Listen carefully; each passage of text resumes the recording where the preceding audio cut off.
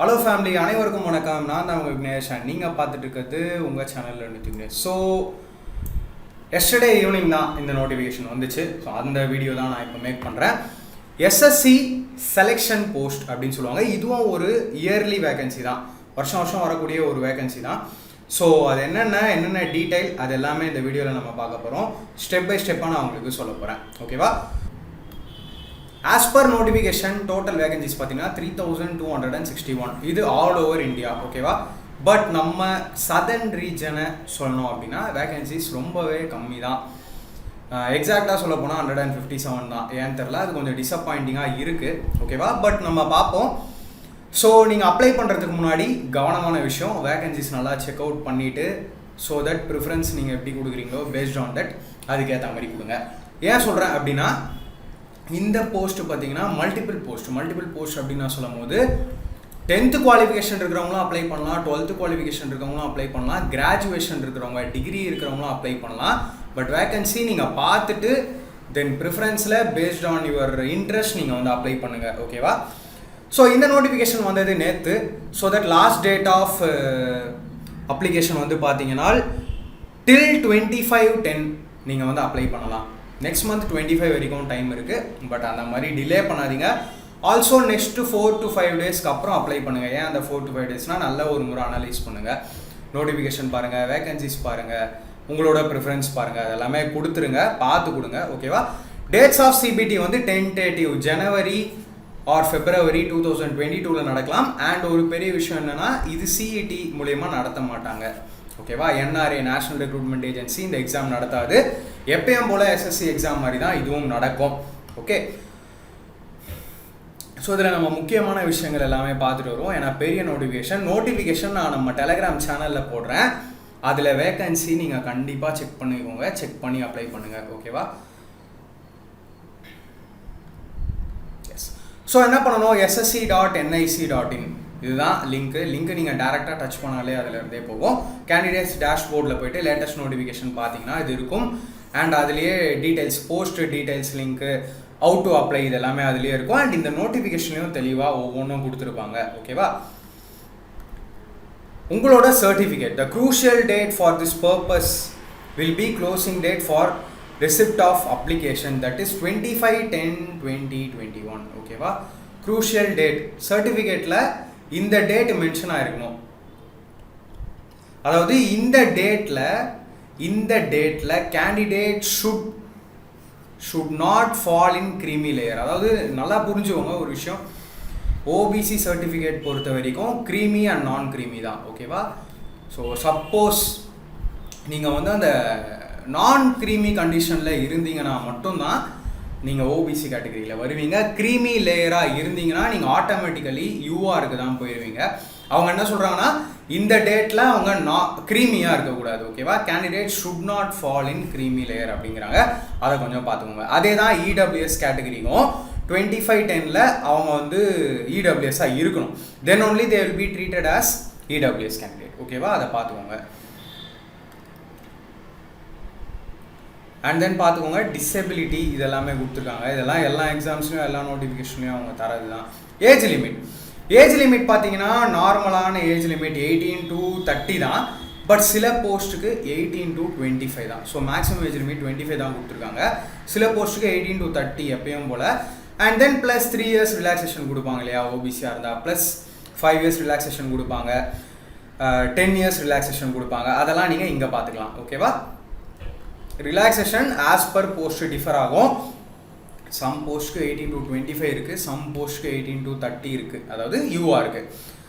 Date of birth as recorded in the matriculation or secondary examination certificate or an equivalent certificate only will be accepted by the commission for determining the age eligibility and no subsequent request for its change will be considered or granted.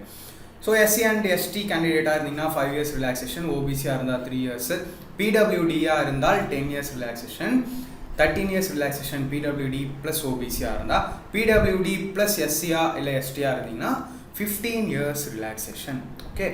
Then for group C post, நான் சொன்னல as per post வந்து differ ஆகும். For group C post, central government civilian employees who have not rendered not less than 3 years regular and continuous service as on closing date for recipient of application. அவங்களுக்கு up to 40 years of age வரைக்கும் eligibility இருக்குது. இதெல்லாம் experienced இது. ஓகேவா? The age relaxation for reserved category applicants is admissible only in the case of vacancies being reserved for such categories. The reserved category applicants who apply against unreserved vacancies will get age relaxation to the extent it is available to UR. So UR கேட்டகரியில் என்னென்ன age limit கொடுத்துருக்குறாங்களோ அந்தந்த age limit தான் உங்களுக்கு follow ஆகும் அப்படிங்கிறாங்க. Note 2. Applicants may check their eligibility for seeking relaxation in upper age limit carefully. If eligible, they are applied to fill appropriate age relaxation code as applicable to them. Okay? Then முக்கியமான பாயிண்ட்ஸாக நம்ம பார்ப்போம். மீதி எல்லாமே எல்லா நோட்டிஃபிகேஷன்லையும் almost சேமாக தான் இருக்கும். ஓகேவா?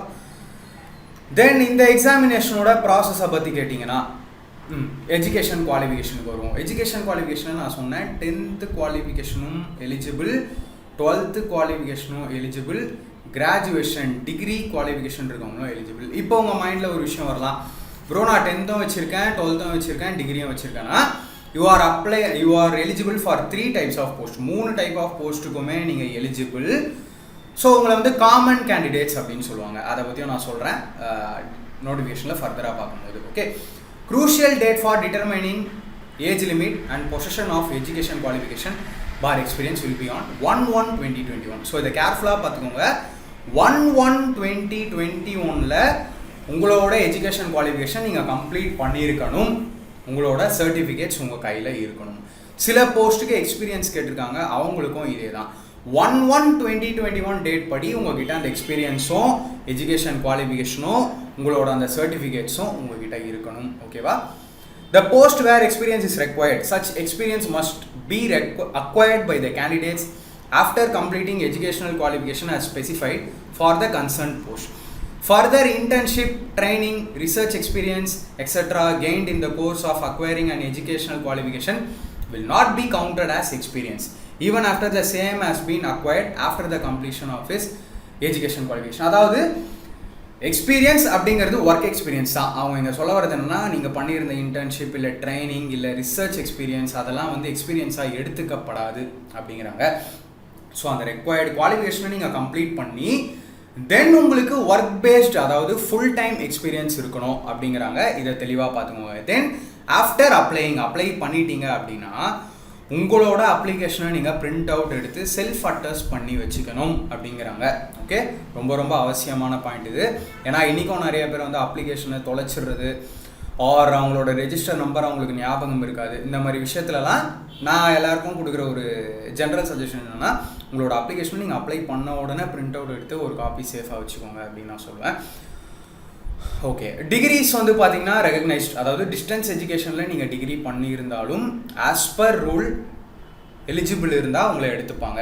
அவங்க வந்து சம் ரூல் வச்சுருப்பாங்க. இது பாருங்கள், as per UGC open and distance learning regulations 2017 published in official gazette on 25/6/17. அதாவது இதுபடி ரெகக்னைஸ்டு யூனிவர்சிட்டிஸில் நீங்கள் ஓப்பன் அண்ட் டிஸ்டன்ஸ் குவாலிஃபிகேஷனாக இருந்தாலும் டிஸ்டன்ஸ் எஜுகேஷனாக இருந்தாலும் உங்களை எடுத்துப்பாங்க. However, BTech degree diploma in engineering awarded by IGNOU to the students who were enrolled up to academic year 2009 to 2010 shall be treated as valid wherever applicable. Okay, how to apply? ல ssc.nic.in mostly 90% எல்லா கேண்டிடேட்ஸ்க்கும் தெரிஞ்சிருக்கும். இந்த website போய் நீங்கள் apply பண்ணலாம். Then please refer to Annexure 4. அதாவது இதுலேயே எல்லா டீட்டெயிலும் கொடுத்துருக்காங்க, வித் ஸ்க்ரீன்ஷாட்டோட கொடுத்துருப்பாங்க. ஸோ தட் எந்த டவுட்னாலும் நீங்கள் ரெஃபர் பண்ணிக்கலாம். Okay, last date for online application வந்து 25/10/2021 night 11:30. Okay, then after successful submission of online application candidates must take a print out. இதை நான் ஆல்ரெடி சொல்லிட்டேன். டியூலி செல்ஃப் அட்டஸ்ட் அதாவது உங்களோட சிக்னேச்சர் போட்டு நீங்கள் வைக்கணும். And when called for the commission after the conduct of CBE. Okay, then fee payable 100 rupees. யார் யாருக்கெல்லாம் ஃபீ இல்லை அப்படின்னு பார்த்தீங்கன்னா SC candidate, ST candidate and women கேண்டிடேட்டுக்கு ஃபீ எக்ஸம்ஷன் உண்டு. ஃபீ எதுவும் பே பண்ண தேவையில்லை. Online fee can be paid by the candidate up to 28/10 வரைக்கும் பே பண்ணலாம். Over candidates who wish to make cash payment through challan of SBI make the payment. அதாவது பேங்க்லலாம் பண்ணுறீங்கன்னா கொஞ்சம் அட்வான்ஸாக பண்ணிடுங்க, வேறு ஒன்றும் இல்லை, அட்வான்ஸாக பண்ணிடுங்க. ஆன்லைனில் பே பண்ணுறவங்களுக்கு அந்த பிரச்சனை இருக்காது. தென் எக்ஸாம் சென்டர்ஸ் ஆல்மோஸ்ட் நம்ம சேனலில் பார்க்குற எல்லாரும் சதர்ன் ரீஜனில் அப்ளை பண்ணுவீங்க. ஸோ சதர்ன் ரீஜனில்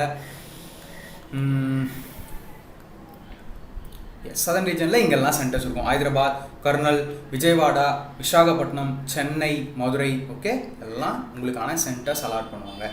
Candidates may carefully note that the region for CBE once opted in very first online application for any category of post shall be frozen for all the subsequent application across region. So once உங்களோட exam or region choose பண்ணிட்டீங்க அப்படின்னா it cannot be changed. ஓகேவா, இது எல்லாருக்குமே தெரியும் SSC aspirantsக்கு. So 3 separate computer based examinations will be conducted.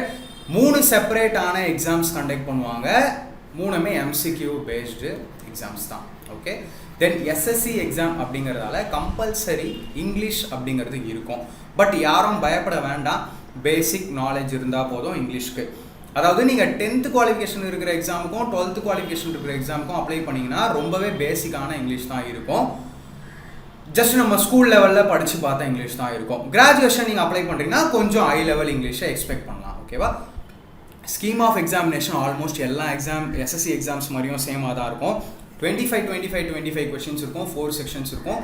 Each question carries 2 marks. Okay, negative mark 0.50 இருக்கும். ரைட்டா, தென் இதை நார்மலைஸ் பண்ணுவாங்க. நார்மலைஸ் பண்ணி தான் உங்களுக்கான அடுத்தடுத்த ஸ்டேஜஸ் போகும். இதில் மெயினாக ஒரு விஷயம் நான் உங்களுக்கு தம்ப்நெயிலே சொல்லியிருப்பேன், நோ மெயின்ஸ்.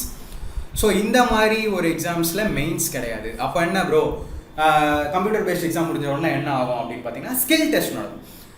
ஒவ்வொரு போஸ்ட்டுக்கு ஏற்ற மாதிரி ஸ்கில் டெஸ்ட்டு, டைப்பிங் டெஸ்ட்டு, அந்த மாதிரியான டெஸ்ட்டு நடக்கும். தென் டாக்குமெண்ட் வெரிஃபிகேஷன் அண்ட் உங்களுக்கு கம்ப்யூட்டர் பேஸ்ட் எக்ஸாம் முடிஞ்ச பிறகு உங்களோட சர்டிஃபிகேட்ஸ் ஆன்லைனில் அப்லோட் பண்ண சொல்லுவாங்க இல்லையா, அந்த ப்ராசஸ் இருக்கும். தென் அஃபிஷியலாக உங்களை நேரில் வர வச்சு டாக்குமெண்ட் வெரிஃபிகேஷன் நடக்கிறது, அதுவும் நடக்கும். Okay, skill test like typing, நான் சொன்னது இல்லையா, typing, data entry, computer proficiency test where prescribed in the educational qualification will be conducted which will be of a qualifying nature. ரைட்டா, டென்டேட்டிவ் ஆன்சர் கீஸ் விடுவாங்க எப்பயும் போல்.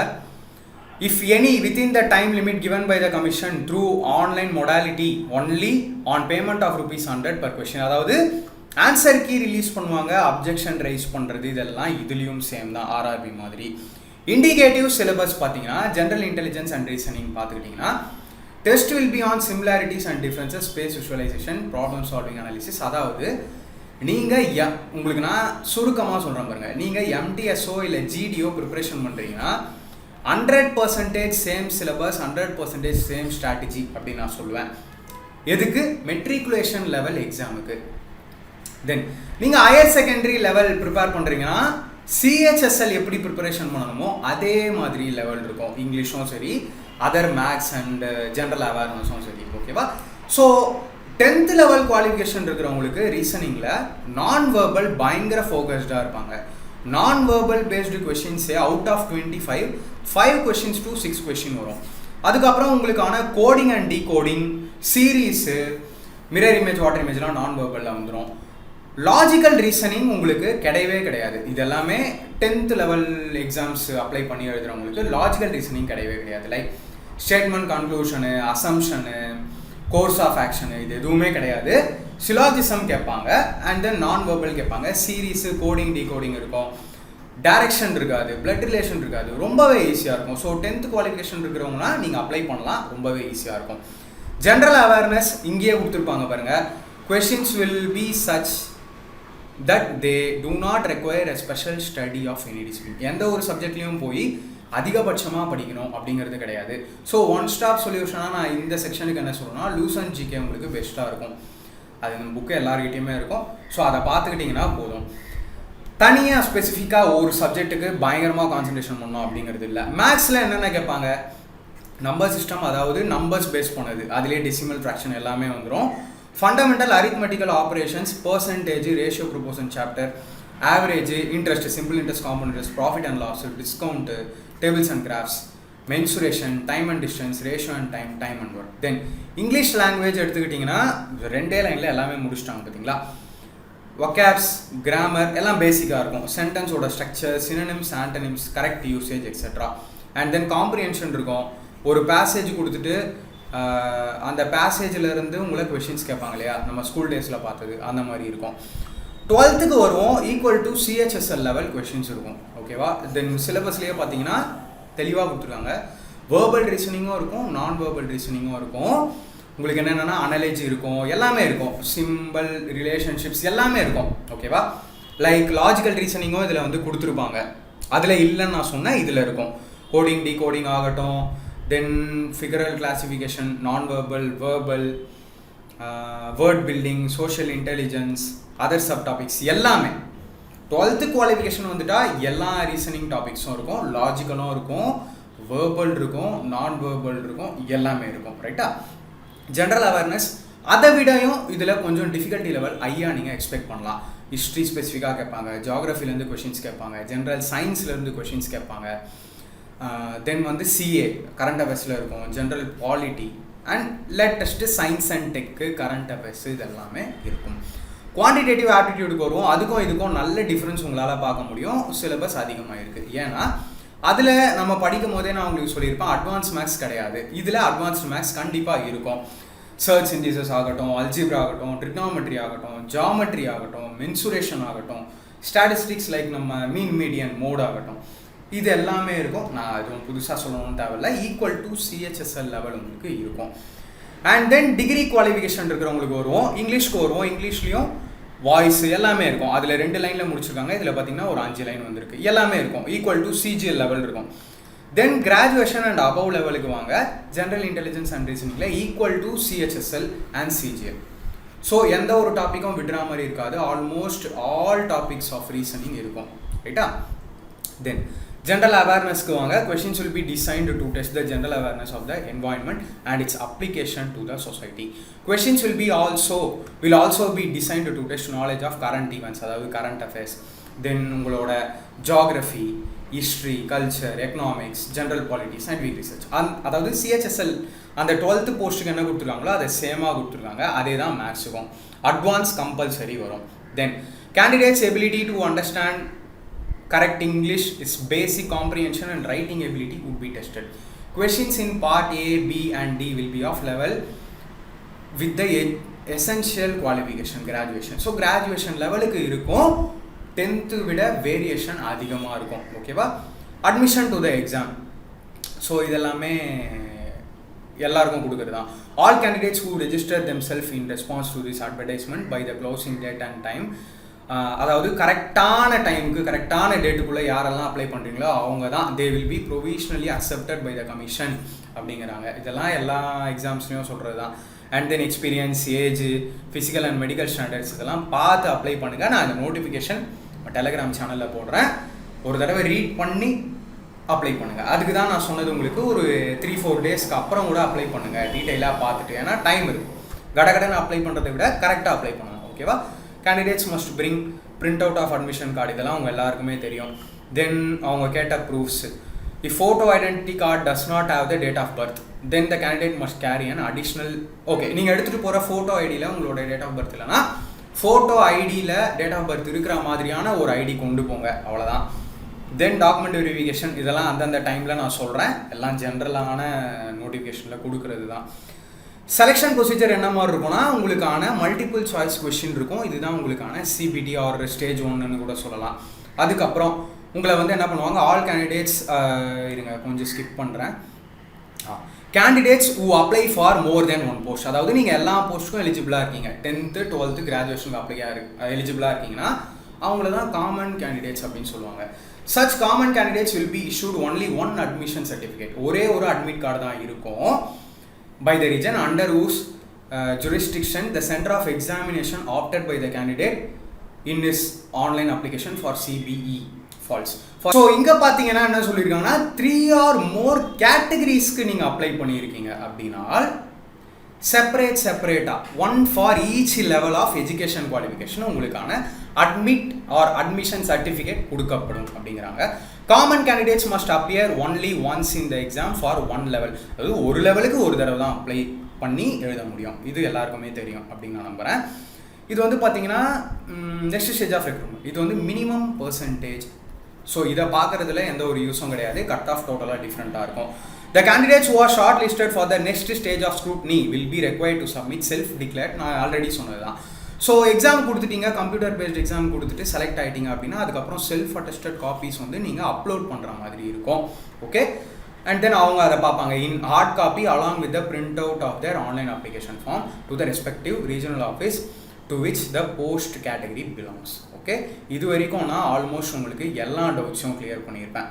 தென் all qualified candidates found clear at the scrutiny stage for a particular category will be called for DV. அதுக்கப்புறம் தான் டிவிக்கு கூப்பிடுவாங்க. Regional ஆஃபீஸ்க்கு போய் உங்களோட டிவி நடக்கும் அண்ட் தென் உங்களோட அப்பாயின்மெண்ட் ஃபைனல் ஸ்டேஜ் நடக்கும்.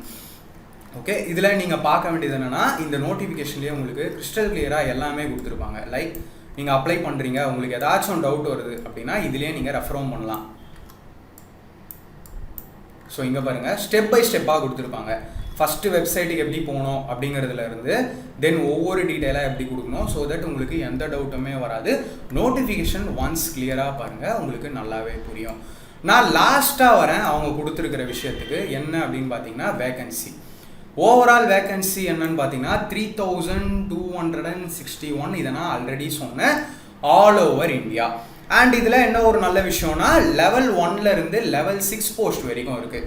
ஏன்னா நான் சொன்னேன் இல்லையா 10th 12th எல்லா குவாலிஃபிகேஷன்லேயும் போஸ்ட் இருக்குது அப்படின்னு சொல்லிட்டு இங்கே வருவோம். ஏன்னா இங்கேருந்து தான் சதர்ன் ரீஜனோட வேகன்சி ஸ்டார்ட். ஸோ லெவல் 1லேருந்து போஸ்ட்டு லெவல் 6 வரைக்கும் இருக்குது.